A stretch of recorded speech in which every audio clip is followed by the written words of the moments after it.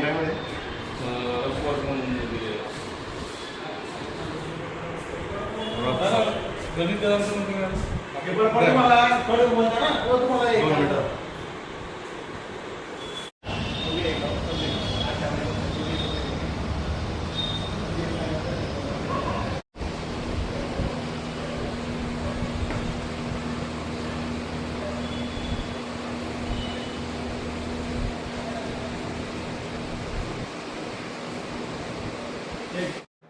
Sir, शहर police स्टेशनच्या हद्दीमध्ये खुनाची घटना उघडकीस आली आहे. नेमकं काय प्रकार होतं?